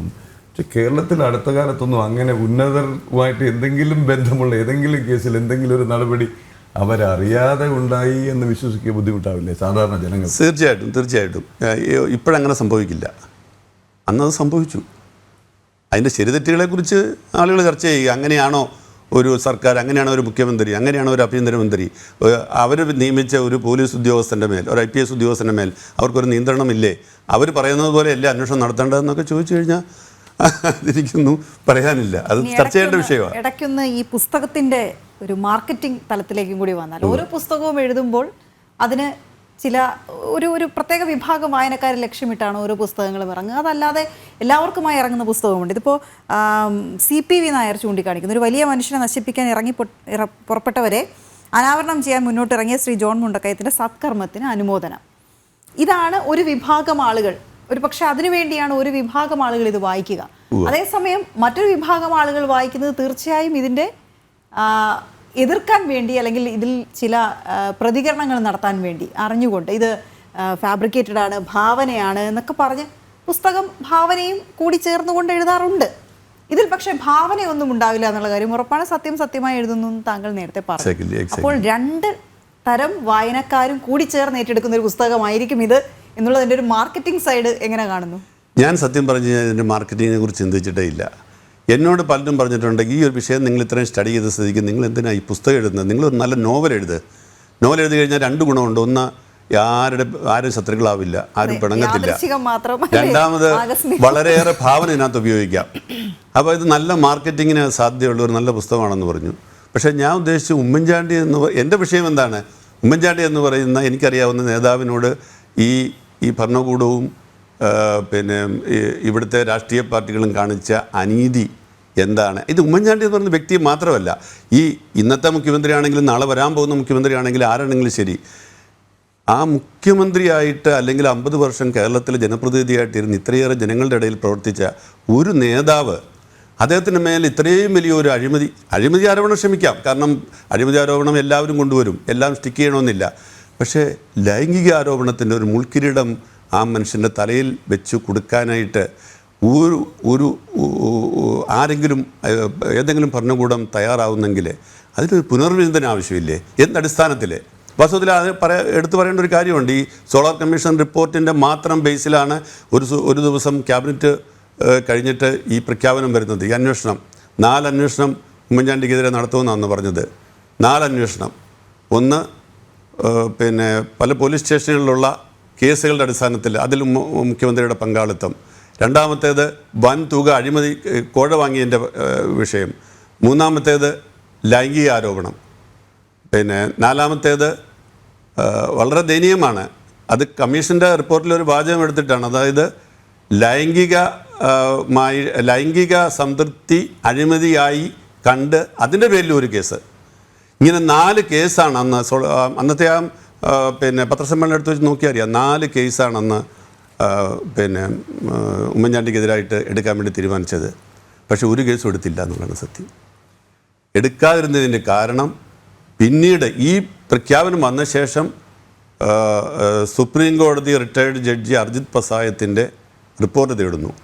വളരെ കൃത്യമായിട്ട് ആ റിപ്പോർട്ടിനകത്ത് പറയുന്നുണ്ട്, ഈ കമ്മീഷൻ റിപ്പോർട്ടിൻ്റെ അടിസ്ഥാനത്തിൽ കേസുകളൊന്നും നിലനിൽക്കത്തില്ല. കമ്മീഷൻ റിപ്പോർട്ട് എന്ന് പറയുന്നത് ഒരു ഫാക്ട് ഫൈൻഡിങ് ബോഡി മാത്രമാണ്. അതിൻ്റെ പേരിൽ ഒരു കേസ് നിലനിൽക്കത്തില്ല എന്ന് കൃത്യമായിട്ട് ആ റിപ്പോർട്ടിൽ പറയുന്നുണ്ട്. ഇതൊന്നും വേണ്ട പോലെ ഇതെല്ലാം കൂടെ ഒന്ന് ചേർത്ത് വെച്ച് ഇതിനെ ഒന്ന് വായിക്കാമെന്നുള്ളതാണ് ഞാൻ പുസ്തകത്തിൽ ഉദ്ദേശിച്ചിരിക്കുന്നത്. അപ്പോൾ ആ റിപ്പോർട്ട് വന്നതിന് ശേഷം ഈ പറഞ്ഞ അന്വേഷണങ്ങളൊക്കെ വേണ്ടാന്ന് വെച്ചു. അവസാനം ഈ സോളാർ സംഭവത്തെക്കുറിച്ച് അന്വേഷണം മാത്രമായിട്ട് അതങ്ങ് ചുരുങ്ങി. ആ അന്വേഷണത്തിലൊന്നും തെളിയാതെ വന്നപ്പോഴാണ് ഈ ആരോപണവിധേയായ സ്ത്രീയുടെ കത്തെഴുതി വാങ്ങിയിട്ട് അലൈംഗിക ആരോപണം പ്രത്യേകമായിട്ട് വീണ്ടും അന്വേഷിക്കുന്നത്. അതിലും ഒന്നും തെളിയാതെ വന്നപ്പോഴാണ് CBI അന്വേഷണം വരുന്നത്. അങ്ങനെ ഇതൊരു തുടർച്ചയായിട്ട് നടന്ന ഒരു സംഭവമാണ്. അതിൽ ഉമ്മൻചാണ്ടി കുടുംബം വളരെയേറെ പീഡിപ്പിക്കപ്പെട്ടു, വളരെയേറെ മനോവേദന അനുഭവിച്ചു. എനിക്കൊന്ന് ഉമ്മൻചാണ്ടിയുടെ ആ രോഗം പോലും അത്രയേറെ മൂർച്ഛിച്ചു. അതിൻ്റെ ഒരു കാരണം അദ്ദേഹത്തിനുണ്ടാക്കിയ ഇങ്ങനെയുള്ള മാരക രോഗങ്ങളൊക്കെ മാനസിക സംഘർഷത്തിൻ്റെയും കൂടെ ഭാഗമായിട്ട് ഉണ്ടാകുന്നതാണ് എന്ന് വൈദ്യശാസ്ത്രം പറയുന്നുണ്ട്. അപ്പോൾ അദ്ദേഹത്തിനെ ഈ പെട്ടെന്ന് രോഗിയാക്കി ഈ ലോകത്തുനിന്ന് പറഞ്ഞയച്ചതിൽ ഈ കേസിന് ഒരു പങ്കുണ്ടെന്ന് ഞാൻ കരുതുന്നത്. ഉമ്മൻചാണ്ടിയുടെ രാഷ്ട്രീയം പലപ്പോഴും ജനങ്ങൾ തള്ളിക്കളഞ്ഞിട്ടുണ്ട്, ഏറ്റെടുത്തിട്ടുണ്ട്, അതിന് മാറ്റം വന്നിട്ടുണ്ട്. പക്ഷേ നമ്മുടെ കമൻറ്റ് ബോക്സ് നോക്കിയാൽ ഉമ്മൻചാണ്ടി എന്ന നേതാവിനെ കുറിച്ച്, അദ്ദേഹത്തിലെ നല്ല മനുഷ്യനെ കുറിച്ച് ഒരുപാട് പേർ കമൻറ്റ് ഇടുന്നുണ്ട്. അത് ഞാനിങ്ങനെ ഓരോന്ന് നോക്കി ഒരുപക്ഷെ കോൺഗ്രസ്സുകാർ പോലും തിരിച്ചറിഞ്ഞത്, കോൺഗ്രസ്സുകാർ പോലും ഉമ്മൻചാണ്ടി എന്ന മനുഷ്യന് ജനമനസ്സിലുള്ള സ്ഥാനം തിരിച്ചറിഞ്ഞ ഒരുപക്ഷെ അന്ത്യയാത്ര കണ്ടപ്പോഴായിരിക്കും. അത് പ്രതിപിള്ള പറഞ്ഞ വളരെ ശരിയാണ്. ഇവൻ കോൺഗ്രസ് പ്രവർത്തകരിൽ തന്നെ പലരും എന്നോട് തന്നെ പറഞ്ഞിട്ടുണ്ട്, ഉമ്മൻചാണ്ടിയോട് ജനങ്ങൾക്ക് ഇത്രയും സ്നേഹം ഉണ്ടെന്ന് ഞങ്ങൾ പോലും അറിഞ്ഞില്ല എന്ന്. അന്നത്തെ ഞാൻ പലപ്പോഴും ആലോചിച്ചിട്ടുണ്ട്, ഈ ഉമ്മൻചാണ്ടി എന്ന് പറയുന്ന നേതാവ് അദ്ദേഹം നമ്മളെ വേർപെട്ട് പോയത് മരിച്ചതുമൊക്കെ വളരെ സങ്കടകരമാണെങ്കിലും അദ്ദേഹം മരിച്ചത് അതിൻ്റെ യഥാർത്ഥ സമയത്താണ്. അതൊരു ദൈവനിശ്ചയം പോലെയാണ് എനിക്ക് തോന്നുന്നത്. കാരണം അദ്ദേഹം ആ കോവിഡ് കാലത്ത് മരിച്ചിരുന്നെങ്കിൽ ഒരു മനുഷ്യൻ പോലും കാണാതെ അദ്ദേഹത്തെ കൊണ്ട് അടക്കിയിരുന്നെങ്കിൽ പലരും പറഞ്ഞാൽ നന്നായി മരിച്ചത് കോവിഡ് കാലത്തായത്. കാരണം അല്ലായിരുന്നെങ്കിൽ ആളുകളൊന്നും കാണാതെ, ആളുകൾ ശ്രദ്ധിക്കാതെ, അവഗണിക്കപ്പെട്ട് ഒരു വിലാപയാത്ര പോലും ഇല്ലാതെ നടത്തേണ്ടി വരുന്ന ഒരു ശവസംസ്കാരമായിരുന്നതിനെന്ന് തോന്നിയിട്ടുണ്ട്. അപ്പം ഏറ്റവും നല്ല സമയം അദ്ദേഹം എല്ലാ കുറ്റങ്ങളിൽ നിന്നും വിമുക്തനായിട്ട് അദ്ദേഹം നിരപരാധിയാണെന്ന് സമൂഹത്തിന് മുന്നിൽ തെളിയിക്കപ്പെട്ടതിന് ശേഷം അദ്ദേഹം ഈ ലോകത്തോട് വിട പറഞ്ഞപ്പം ഈ തിരുവനന്തപുരം നഗരം മുതൽ അങ്ങ് പുതുപ്പള്ളി വരെ ഞാനത് എല്ലാവരും കണ്ട കാര്യമാണ്. ആരൊക്കെ അദ്ദേഹത്തോട് അനീതി കാണിച്ചോ അവർക്കെല്ലാം വേണ്ടിയിട്ട് ജനം കണ്ണീർ പൂക്കൾ കൊണ്ട് അദ്ദേഹത്തിന് മുന്നിൽ അർപ്പണം ചെയ്ത് അദ്ദേഹത്തോട് ക്ഷമ ചോദിക്കുകയായിരുന്നു. അതൊരു വല്ലാത്ത ഹൃദയത്തട്ടുന്ന ഒരു കാഴ്ചയായിരുന്നു. താങ്കൾ നിരപരാധി എന്ന് പറയുമ്പോൾ തീർച്ചയായും അപരാധികളുടെ എണ്ണം കൂടുന്നുണ്ടാവും ഈ പുസ്തകത്തിൽ എന്ന് ഞങ്ങൾ കരുതുന്നു. ആ സസ്പെൻസ് കൂടുതലായി ഉണ്ടാകുമെന്നും കരുതുന്നു. അത് നേരിട്ട് ചോദിക്കേണ്ടതാണ്, പുസ്തകം വായിച്ച് കുറച്ചെങ്കിലും ബാക്കി വെക്കണ്ടേ. മറ്റൊന്ന്, ഈ ഉമ്മൻചാണ്ടി എന്ന് പറയുന്ന നേതാവ് ജനക്കൂട്ടത്തിന് നടുവിൽ, ജനക്കൂട്ടമായിരുന്നു അദ്ദേഹത്തിന്റെ ഈ ആസക്തി എന്ന് പറയാം അല്ലേ. അതുപോലെ തന്നെ ജനക്കൂട്ടം ഇല്ലെങ്കിൽ അദ്ദേഹം വളരെ ഡിപ്രസ്ഡ് ആവുന്ന ഒരു മനുഷ്യനും. ഇങ്ങനെ ജനക്കൂട്ടം കയറി ഇറങ്ങിയതിൻ്റെ കൂടി ഫലമല്ലേ ഇങ്ങനെയുള്ള കെണികൾ ഉണ്ടായത്? സത്യമാണ്, അത് സത്യമാണ്. അതേസമയം തന്നെ ഞാൻ ഇതിപ്പോൾ പറഞ്ഞുകൊണ്ട് എൻ്റെ ഒരു അനുഭവം പറയാം. ഒരു ദിവസം ഞാൻ അദ്ദേഹത്തിൻ്റെ ഓഫീസിലെത്തുന്നു, മുഖ്യമന്ത്രിയായിരുന്ന സമയത്ത്. അദ്ദേഹത്തിന് മനോരമയുടെ എന്തോ ഒരു ചടങ്ങിനെ ക്ഷണിക്കാൻ അദ്ദേഹത്തിന് സമയം കിട്ടുമെന്ന് അറിയാൻ വേണ്ടി ഞാൻ പോയതാണ്. അപ്പോൾ എല്ലാവർക്കും അറിയാവുന്നതുപോലെ അവിടെ ചെന്നപ്പോൾ ഭയങ്കര ആൾക്കൂട്ടമാണ്, അദ്ദേഹത്തിന് ചുറ്റും ആളാണ്. അവിടെ ഒരു നിവേദകരുടെ നീണ്ട നിര പുറത്ത് ഇരിപ്പുണ്ട്. ഞാനവിടെ കയറി ചെന്നിട്ട് എനിക്കും പെട്ടെന്ന് അദ്ദേഹത്തിൻ്റെ അടുത്തേക്ക് എത്താൻ പറ്റുന്നില്ല. അദ്ദേഹത്തിന് ഏതോ ഒരു ചടങ്ങിൽ പങ്കെടുക്കാൻ വേണ്ടി പിന്നെ പേഴ്സണൽ സ്റ്റാഫ് അദ്ദേഹത്തെ ഇങ്ങനെ ഉന്തിത്തള്ളി ആ സൈഡ് ഡോറിൽ കൂടെ പുറത്തേക്ക് കൊണ്ടുപോകാൻ വേണ്ടി ശ്രമിച്ചുകൊണ്ടിരിക്കുക. സമയം 5 മണിക്ക് തുടങ്ങേണ്ട ചടങ്ങാണ്. അദ്ദേഹം 5:15 പുറപ്പെട്ടിട്ടില്ല. 5:15 എന്നുള്ള 5:30 അത് കഴിഞ്ഞ് ഈ അദ്ദേഹം ഇപ്പം ഒപ്പിട്ടിരുന്ന ഫയലുകളെല്ലാം നിർത്തി കഴിഞ്ഞിട്ട് അദ്ദേഹം എഴുന്നേറ്റു. അപ്പോൾ ഇനി പോകാമെന്ന് പറഞ്ഞ് അവർ ഡോർ തുറക്കുന്നു. പക്ഷേ ഉമ്മൻചാണ്ടി ഇറങ്ങുന്നില്ല. ഉമ്മൻചാണ്ടി അപ്പം നിവേദകർ ഇങ്ങനെ വാതിലിൻ്റെ അവിടെ നിൽപ്പുണ്ട്. പുള്ളി നേരെ അങ്ങോട്ട് നടക്കുക. ഇവർ പരമാവധി ശ്രമിക്കുന്നുണ്ട് ഉമ്മൻചാണ്ടിയെ അവിടെ നിന്ന് സൈഡ് ഡോറിലേക്ക് കൊണ്ടുപോകാനായിട്ട്. അപ്പോൾ പുള്ളി പോകാതെ അവരുടെ എല്ലാം അടുത്ത് ചെന്ന് എനിക്ക് തോന്നുന്നു അവരോടൊന്ന് മുട്ടി ഒരുമി തന്നെയാണ് പുള്ളി പോകുന്നത്. പുള്ളിക്ക് അതിലൊരു സന്തോഷമുണ്ട്. ഈ അവരെ തൊടുമ്പോൾ തന്നെ പുള്ളിയുടെ ശരീരത്തിലേക്ക് എന്തോ ഒരു എനർജി കയറുന്ന പോലെ എനിക്ക് തോന്നിയിട്ടുണ്ട്. ഒരു അസാധാരണ സൃഷ്ടിയാണ് ഞാൻ പറയുന്നത്. ഇങ്ങനെ മനുഷ്യനെ കാണാൻ കിട്ടില്ല. അപ്പോൾ അത് അങ്ങനെ അദ്ദേഹം ഇങ്ങനെ ഇവരെ എല്ലാം മുട്ടിയൊരുമി ഇവരുടെ ഈ നിവേദനങ്ങളെല്ലാം വാങ്ങി സാധാരണക്കാരെ ആൾക്കാരാണ് ഇങ്ങനെ നടന്ന് ഒരു 10-15 മിനിറ്റോടെ അവരുടെ ചുറ്റും നടന്ന് ആ അകത്തെ മുറിയിലേക്ക് കടന്ന് അതുവഴി പുറത്ത് വന്നപ്പോൾ ഞാൻ ലിഫ്റ്റിൽ ഞാനും കൂടി അദ്ദേഹത്തോട് കൂടെ കയറി. കാരണം എനിക്ക് പറയാനുള്ള കാര്യം ഞാൻ പറഞ്ഞില്ല അദ്ദേഹത്തോട്. അങ്ങനെ കയറിയപ്പോൾ ഞാൻ അദ്ദേഹത്തോട് ചോദിച്ചു, ഇങ്ങനെ ഈ പൊതുചടങ്ങുകൾക്ക് ഇങ്ങനെ ലേറ്റായിട്ട് പോകുന്നത് ശരിയാണോ? കൃത്യസമയത്തൊക്കെ എത്തണ്ട, ആളുകൾ അവിടെ കാത്തിരിക്കുകയല്ലേ എന്ന് ചോദിച്ചപ്പം അദ്ദേഹം എന്നോട് പറഞ്ഞു ഒരു മറുപടി. അദ്ദേഹം പറഞ്ഞു, ജോണേ, ഞാൻ രാവിലെ തൊട്ട് മീറ്റിങ്ങിലായിരുന്നു. ഇവരെ 3 മണിക്ക് കാണാമെന്ന് പറഞ്ഞതാണ്. പക്ഷേ എനിക്ക് അവരെ 5 മണിയായിട്ടും കാണാൻ പറ്റിയില്ല. ഇവർ കേരളത്തിൻ്റെ പല ഭാഗത്തുനിന്ന് ഇവിടെ വന്ന് നിൽക്കുന്ന സാധാരണക്കാരായ ആൾക്കാരാണ്. അവരുടെ എന്തെല്ലാം ജീവിത പ്രശ്നങ്ങളാണ്. ഒരുപക്ഷെ എൻ്റെ ഒരു ചെറിയ ഒരു ഒപ്പ് കൊണ്ടോ അല്ലെങ്കിൽ ചെറിയൊരു ഫോൺ കോൾ കൊണ്ടോ അവരുടെ പ്രശ്നം പരിഹരിക്കപ്പെടും. ഞാനത് ചെയ്തില്ലെങ്കിൽ ആ പ്രശ്നങ്ങളുമായിട്ട് അവർ മടങ്ങാൻ പോകുന്നത്. ഞാൻ ഒരു 15 മിനിറ്റോ അരമണിക്കൂറോ അവിടെ വൈകി എത്തിയാലോ ഉണ്ടാകാവുന്ന ബുദ്ധിമുട്ടിനെ കുറിച്ച് എനിക്കറിയാം. പക്ഷേ എന്നെ അതിനേക്കാളേറെ എന്നെ വിഷമിപ്പിക്കുന്ന ഇവരിവിടെ കാത്തിരുന്ന് എന്നെ കാണാതെ മടങ്ങിപ്പോകുന്നു എന്നുള്ളത് തന്നെയാണ്. എനിക്ക് പിന്നെ ഒന്നും പറയാനില്ലാതായിപ്പോയി. ഈ മരണത്തിന് ശേഷം അദ്ദേഹത്തെ വിശുദ്ധനായി വരെ പ്രഖ്യാപിച്ചവരുണ്ട്. ആ കല്ലറയിലേക്ക് അദ്ദേഹത്തെ അടക്കിയിടത്തേക്ക് തീർത്ഥയാത്ര പോലെ ജനങ്ങൾ ഒഴുകുന്നുണ്ട്. അപ്പോൾ തന്നെ ഒരു മറുവശമില്ലേ ഉമ്മൻചാണ്ടിക്ക്? ഉമ്മൻചാണ്ടി ആയത് തീർച്ചയായിട്ടും MLA ആണ്, ജനങ്ങൾക്ക് വേണ്ടി പ്രവർത്തിച്ച ആളാണെങ്കിലും കോൺഗ്രസിലെ ഗ്രൂപ്പ് കളിയുടെ ഉസ്താദായല്ലേ ഉമ്മൻചാണ്ടി എമേർജ് ചെയ്യുന്നത്? ശരിയാണ്, ഉമ്മൻചാണ്ടി ഗ്രൂപ്പ് കളിയുടെ ഉസ്താദാണ്. ഉമ്മൻചാണ്ടി ഗ്രൂപ്പ് നന്നായി ഈ പ്രവർത്തിച്ച ആളാണ്. പക്ഷേ ഗ്രൂപ്പ് പ്രവർത്തിക്കുമ്പോഴും ഗ്രൂപ്പ് ശരിയോ തെറ്റോ എന്നുള്ളത് 2 അഭിപ്രായമുണ്ട് കോൺഗ്രസ്സിൽ. കാരണം ഗ്രൂപ്പ് സജീവമായി നിന്ന കാലത്താണ് കോൺഗ്രസ് എത്രയും ശക്തമായത്. പക്ഷേ അതുകൊണ്ട് ഞാൻ ഗ്രൂപ്പ് വേണമെന്നുള്ള അഭിപ്രായക്കാരനൊന്നുമല്ല. പക്ഷേ ഉമ്മൻചാണ്ടി ഈ ഗ്രൂപ്പിൻ്റെ ആളായി നിൽക്കുമ്പോഴും ഇതുപോലെ മറ്റ് ഗ്രൂപ്പിൽപ്പെട്ട ആൾക്കാരുമായി നിരന്തരമായിട്ട് ഇൻട്രാക്ട് ചെയ്യുകയും അവരുടെ സുഹൃത്തുക്കളായി നിൽക്കുകയും കഴിയുന്ന ഒരു നേതാവ് വേറെയില്ല. അപ്പോൾ ഗ്രൂപ്പ് എന്ന് പറയുന്നത് അദ്ദേഹം പലപ്പോഴും പറയുന്നത് ഗ്രൂപ്പ് എന്ന് പറയുന്നതിൻ്റെ ഒരു പ്രത്യേകത സജീവമായിട്ട് നിൽക്കും പാർട്ടി. കാരണം കോൺഗ്രസ് CPM പോലെയല്ലല്ലോ. അതിന് സജീവമായിട്ട് നിർത്തണമെങ്കിൽ ഇങ്ങനെയുള്ള ചില ഘടകങ്ങൾ വേണം. അപ്പം ഈ ഗ്രൂപ്പ് ഇങ്ങനെ ഉള്ളത് കൊണ്ട് മറുവിഭാഗം ഗ്രൂപ്പ് പ്രവർത്തിക്കുമ്പം അങ്ങോട്ടും ഇങ്ങോട്ടും എന്തെങ്കിലും തരത്തിലുള്ള വിമർശനങ്ങളുണ്ടാവും. അപ്പുറത്തെ ഇതൊരു തരം ഈ പാർട്ടിക്കകത്ത് തന്നെയുള്ള പ്രവർത്തനങ്ങളെ നിരീക്ഷിക്കുകയും സ്കാൻ ചെയ്യുകയും ചെയ്യുന്ന ഒരു സംവിധാനമാണ് ഗ്രൂപ്പ് ഒരു അർത്ഥത്തിൽ. അപ്പോൾ അങ്ങോട്ടും ഇങ്ങോട്ടും നോക്കുമ്പോൾ അത് ഒരു തരത്തിൽ ഗുണം ചെയ്യുന്നുണ്ട്, ദോഷവുമുണ്ട് പാർട്ടി ഗ്രൂപ്പ് ഉണ്ടാകുമ്പം. പക്ഷെ ഉമ്മൻചാണ്ടി ഗ്രൂപ്പിൻ്റെ ആളാണെങ്കിൽ പോലും ഗ്രൂപ്പിന് അതീതമായി ചിന്തിക്കുകയും ഗ്രൂപ്പിന് അതീതമായി എല്ലാവരും സ്നേഹിക്കുകയും എല്ലാവരെയും കൂടെ നിർത്തുകയും ചെയ്യുന്ന, അത് ഗ്രൂപ്പ് മാത്രമല്ല, കോൺഗ്രസ് മാത്രമല്ല, ഘടകകക്ഷികൾ മാത്രമല്ല, CPM-നകത്ത് അല്ലെങ്കിൽ LDF പാർട്ടികളുമായിട്ടും ആദ്യ നേതാക്കളുമായിട്ടും അദ്ദേഹം മുഖ്യമന്ത്രി ആയിരുന്നപ്പോൾ അവർക്കെല്ലാം വേണ്ടിയിട്ട് ചെയ്തു കൊടുത്ത കാര്യങ്ങൾ ഇന്നലെ ശ്രീ പന്ന്യൻ രവീന്ദ്രൻ പറയുന്നുണ്ട്. അദ്ദേഹത്തിൻ്റെ മന്ത്രിസഭയിൽ മന്ത്രിയായിരുന്ന ഒരാൾക്കൊരു ബുദ്ധിമുട്ട് വന്നപ്പോൾ എങ്ങനെയാണ് ഉമ്മൻചാണ്ടി അതിനകത്ത് ഇടപെട്ടതെന്ന്. അങ്ങനെ പല ഇടതുപക്ഷത്തെ ഘടകകക്ഷി നേതാക്കളും എന്നോട് മാത്യു ടി തോമസ് പറഞ്ഞിട്ടുണ്ട്.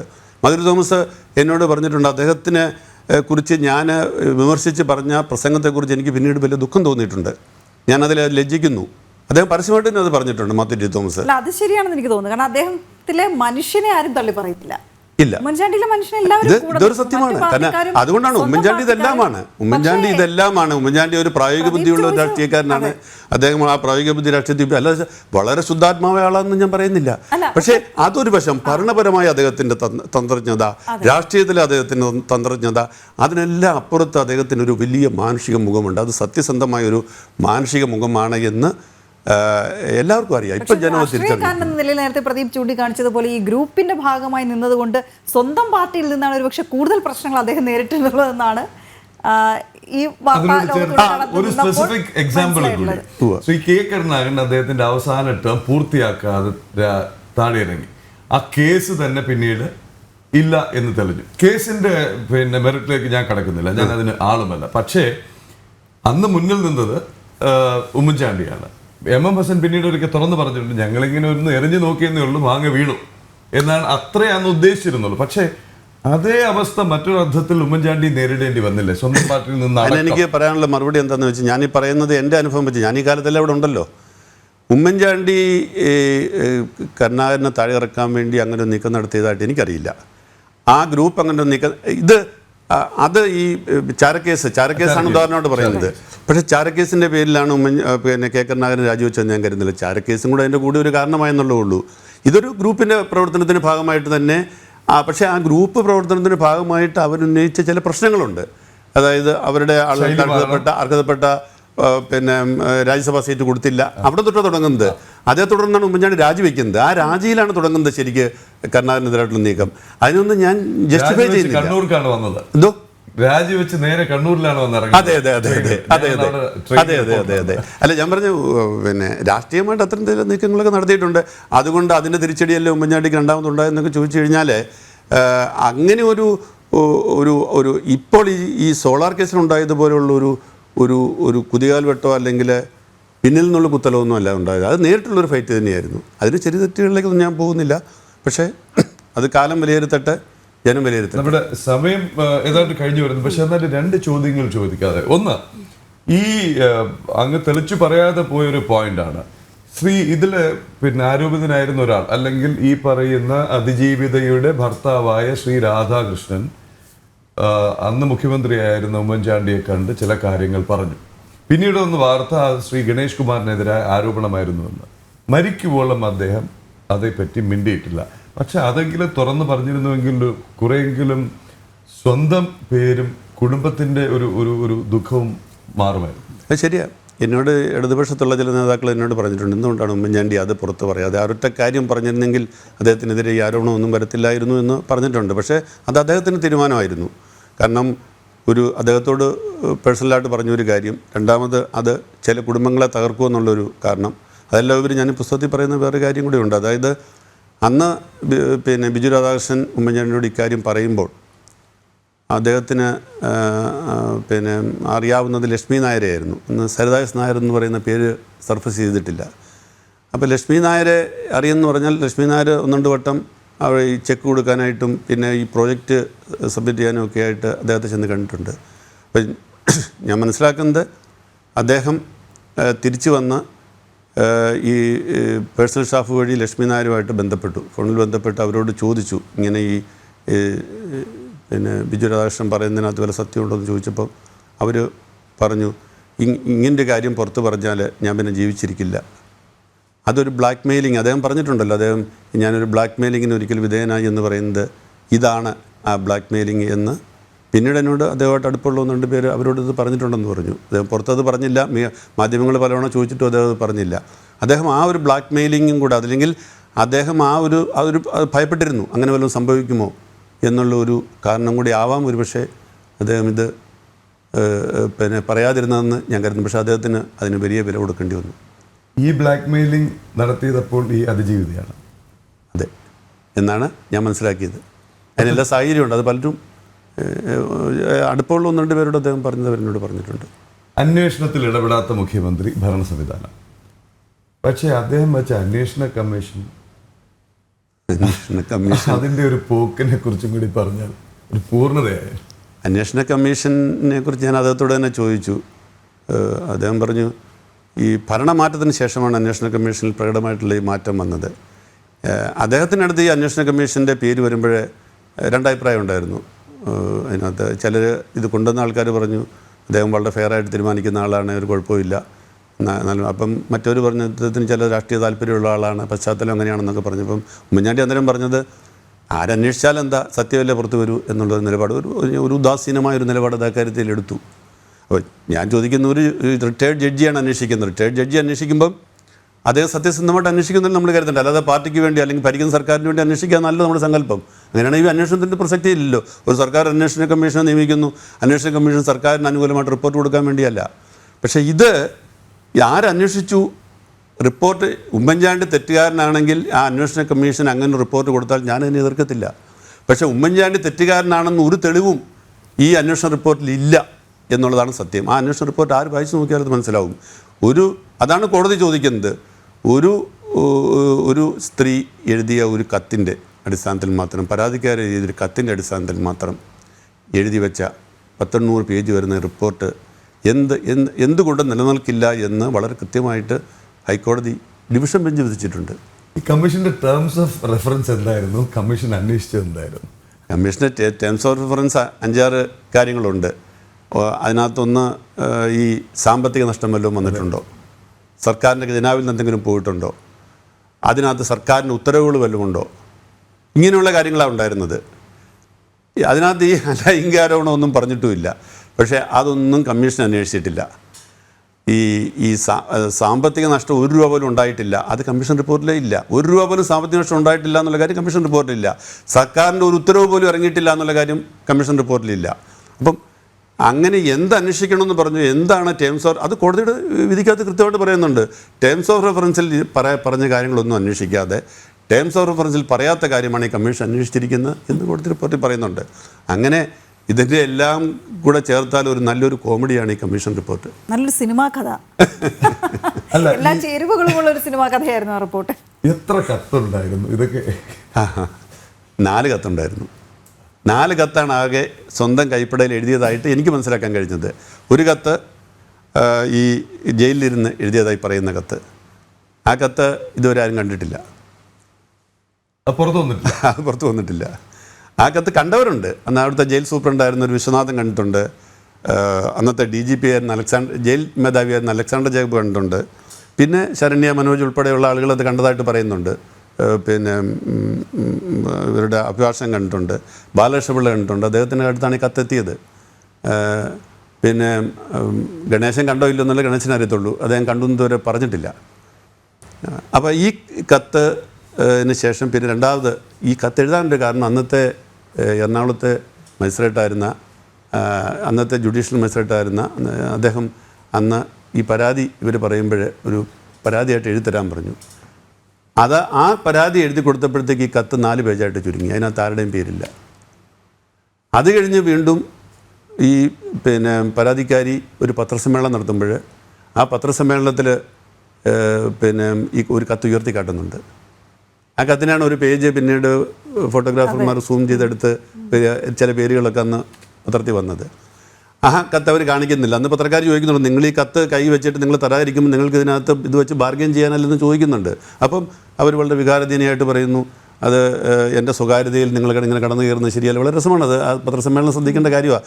ഞാൻ ഈ പുസ്തകം എഴുതുന്ന സമയത്ത് ഞാനിതൊരു അക്കാഡമിക് ഇൻട്രസ്റ്റോടെ എഴുതുന്നത്. കാരണം പത്രപ്രവർത്തകർ, മാധ്യമപ്രവർത്തകരൊക്കെ വായിച്ചാൽ അവർക്കും കൂടി എന്തെങ്കിലും ഇതിനകത്തുനിന്ന് മനസ്സിലാക്കാൻ കഴിയണം. അപ്പോൾ ആ ഒരു പത്രസമ്മേളനത്തിൽ അന്ന് മാധ്യമപ്രവർത്തകർ വളരെ ഫെയറായിട്ടാണ് അന്ന് ഡീൽ ചെയ്തത് അവരെ. പക്ഷെ അവർ ആ കത്ത് ഉയർത്തി കാണിച്ചിട്ട് 30 പേജുണ്ടെന്നാണ് പറഞ്ഞതിന്. ഇതാണ് 3ാമത്തെ കത്ത്. 4ാമത്തെ കത്ത് ഏഷ്യാനെറ്റ് ടെലികാസ്റ്റ് ചെയ്തതും പിന്നീട് സരിത തന്നെ കമ്മീഷന് മുന്നിലും എത്തിച്ച കത്ത്. അതിനകത്താണ് ആ ഒരൊറ്റ കത്തിൽ ഉമ്മൻചാണ്ടിയുടെ പേരുള്ളൂ. ബാക്കി 3 കത്തുകളും വിസ്മരിച്ചുകൊണ്ട് ഈ ഒരൊറ്റ കത്ത് മാത്രമാണ് കമ്മീഷനെന്ന് റിപ്പോർട്ടിൽ ഉൾപ്പെടുത്തിയത്. ആ ഒരൊറ്റ കത്തിൻ്റെ ബേസിലാണ് അതും കോടതി ചോദിക്കുന്നുണ്ട്, ഈ ഒരു കത്തിൻ്റെ മാത്രം അടിസ്ഥാനത്തിൽ എങ്ങനെയാണ് നിങ്ങൾക്ക് ഇങ്ങനെ കമ്മീഷൻ എങ്ങനെയാണ് ഇങ്ങനെ ഒരു റിപ്പോർട്ട് എഴുതാൻ പറ്റുകയെന്ന്. ആ കമ്മീഷൻ ശരി, ബാക്കി കത്തുകളൊക്കെ തെറ്റെന്നുള്ള മട്ടിലാണ്. ഈ ഡിസ്പാഷനേറ്റ് ആയിട്ട് ആലോചിച്ചാൽ ഇപ്പോൾ അങ്ങേക്ക് വളരെ അടുപ്പമുണ്ട്, സ്വാഭാവികമായിട്ടും ഉമ്മൻചാണ്ടിയോടൊരു സ്നേഹമുണ്ടാവും, അടുപ്പമുണ്ടാവും. അതല്ലാതെ മാറി നിന്ന് ആലോചിച്ചാൽ ഈ പരാതിക്കാരി, അതായത് 30 മറ്റോ തട്ടിപ്പ് കേസിലെ പ്രതിയായി 33 പ്രതിയായ പലതിലും ശിക്ഷിക്കപ്പെട്ട ഈ ഒരാളുടെ ഒറ്റ കത്തിൻ്റെ പുറത്തായിരുന്നോ ശ്രീ ഉമ്മൻചാണ്ടിക്കെതിരായ ആരോപണവും ആക്ഷേപവും ഈ ഏറെക്കുറെ ഒരു പരസ്യ വിചാരണ? ആദ്യം അതായിരുന്നു. രണ്ടാമത് ഈ അതിജീവിത തന്നെ എഴുതി കൊടുത്ത കത്തിൻ്റെ അടിസ്ഥാനം. അതാണ് ഞാൻ പറയുന്നത്. ഒറ്റ കത്തിൻ്റെ അല്ല, പരാതി, രണ്ടാമതൊരു പരാതി ഇത് തന്നെയാണ്. ഈ കത്തിൻ്റെ അടിസ്ഥാനത്തിലാണ് കമ്മീഷൻ റിപ്പോർട്ട് ഉണ്ടായത്. കമ്മീഷൻ റിപ്പോർട്ട് അടിസ്ഥാനത്തിലാണ് ആദ്യം അന്വേഷണം മുഴുവൻ നടത്തിയത്. അത് ഫലിക്കുന്നില്ല എന്ന് കണ്ടപ്പോഴാണ് രണ്ടാമത് ഇവരുടെ കയ്യിൽ നിന്നൊരു കത്ത് എഴുതി വാങ്ങി അതിൻ്റെ പേരിൽ വീണ്ടും അന്വേഷണം നടത്തുന്നത്. ഒരു പരാതി, അത് കത്തുണ്ട്, പരാതിയുണ്ട്. ഓക്കെ, അപ്പോൾ ഇതെല്ലാം കൂടെ കൂട്ടിച്ചേർത്ത് വായിക്കണമെങ്കിൽ ഇന്ന് വൈകിട്ട് 4 മണിക്ക് ശ്രീ ശശി തരൂർ, ശ്രീ VD സതീശൻ, വേണു രാജാമണിയൊക്കെ പങ്കെടുക്കുന്ന ആ പുസ്തക പ്രകാശന ചടങ്ങിൽ നിന്ന് ആ പുസ്തകം പുറത്തേക്ക് ഇറങ്ങണം, വായിക്കണം. എന്തായാലും വളരെയധികം നന്ദി. 2 അഭിനന്ദനങ്ങൾ. കാര്യം റിട്ടയർമെന്റ് എന്ന് പറയുന്നത് എല്ലാം മതിയാക്കാനുള്ള ഒരു സമയമാണ് എന്ന് കരുതുന്നവർക്കുള്ളൊരു സന്ദേശം. ഞങ്ങളുടെ പുത്തൻപുലരിയുടെ ഒരു പ്രത്യേകത എന്ന് പറയുന്നത് തന്നെ പോസിറ്റീവായിട്ട് തുടങ്ങണം, പോസിറ്റീവായി ചിന്തിക്കണം എന്ന് പറയുന്ന ധാരാളം കമന്റുകൾ ഞാൻ വായിക്കാതെ വിട്ടു. അതിന് കാരണം നമ്മുടെ ഈ ഒരു അഭിമുഖത്തിന്റെ ഒരു ഫ്ലോ പോകണ്ട എന്ന് കരുതിയിട്ടാണ്. അവരോടൊക്കെ ക്ഷമ ചോദിക്കുന്നു. ധാരാളം പേർ ആശംസ അർപ്പിച്ചിട്ടുണ്ട് ഇതിൽ. എന്തായാലും ഇത്രയും സമയം ഇവിടെ ചെലവഴിച്ചതിന്, ഇങ്ങനെയൊരു എഫേർട്ട് എടുത്തതിന് അഭിനന്ദനം. അതുപോലെ ഇനിയും എഴുതാൻ ഞങ്ങൾക്കൊക്കെ മാതൃകയാവാൻ കഴിയട്ടെ. എല്ലാവിധ ആശംസയും. ഈ കമന്റ്സ് വായിച്ചാൽ വളരെ പ്രകാശനം നിങ്ങൾ രണ്ടുപേരും കൂടെ വരണമെന്ന് ക്ഷണിക്കുന്നു. അതുപോലെ പ്രേക്ഷകരിൽ ആർക്കെങ്കിലും താല്പര്യമുണ്ടെങ്കിൽ വരാം. അല്ല, ഉറപ്പായിട്ടും അത് പറയുന്നുണ്ട് അവർ. സ്ഥലവും മറ്റു കാര്യങ്ങളും ഒക്കെ ചോദിക്കുന്നുണ്ട്. സ്ഥലം എവിടെയാണെന്ന് കൂടി ഇപ്പൊ പറയാം. നിയമസഭാ മന്ദിരത്തിന്റെ എതിർവശത്തുള്ള CSI സെമിനറി ഹാളുണ്ട്. പുതിയ നിയമസഭാ മന്ദിരത്തിന് എതിർവശത്തുള്ള CSI ഹാളിൽ. അത് മാത്രമല്ല അതിന് ഒരു യൂട്യൂബ് ലൈവ് ഒക്കെ ക്രമീകരിച്ചിട്ടുണ്ടെന്ന് എനിക്ക് തോന്നുന്നു. ഓൺലൈനായിട്ട് കാണാൻ കഴിയുന്ന ആളുകൾക്ക് കാണാൻ കഴിയും. പഠിക്കുമ്പോൾ എല്ലാം പഠിക്കും. സാറും അങ്ങനെ തന്നെയല്ലേ, ഇന്റർവ്യൂകൾക്ക് ഒരു പത്രപ്രവർത്തകനായി പോയിരുന്ന എത്രയോ കാലം ഉണ്ടായിട്ടുണ്ട്. അപ്പോൾ അറിയാമല്ലോ. അങ്ങനെ ഏതായാലും വലിയ എല്ലാവിധ ആശംസകളും നേരുന്നു. അപ്പോൾ ഈ പുസ്തകം വലിയ രീതിയിൽ ചർച്ചയാകുമെന്നുള്ള കാര്യത്തിൽ തർക്കമില്ല. അപ്പോൾ എവിടെയൊക്കെ ഒന്ന് പിടിച്ച് കുലുക്കപ്പെടും, എവിടെയൊക്കെ ഒന്ന് ആശ്വാസം ഉണ്ടാകും എന്നുള്ളതുമൊക്കെ ഏതായാലും ചർച്ച ചെയ്യപ്പെടാൻ പോകുന്നു രാഷ്ട്രീയ കേരളത്തിൽ എന്നുള്ള കാര്യത്തിൽ തർക്കമില്ല. ഇപ്പോൾ ജനൻ TV പ്രേക്ഷകരുടെ പേരിലാണ് ഞങ്ങൾ നന്ദി പറയുന്നത്. നമസ്കാരം.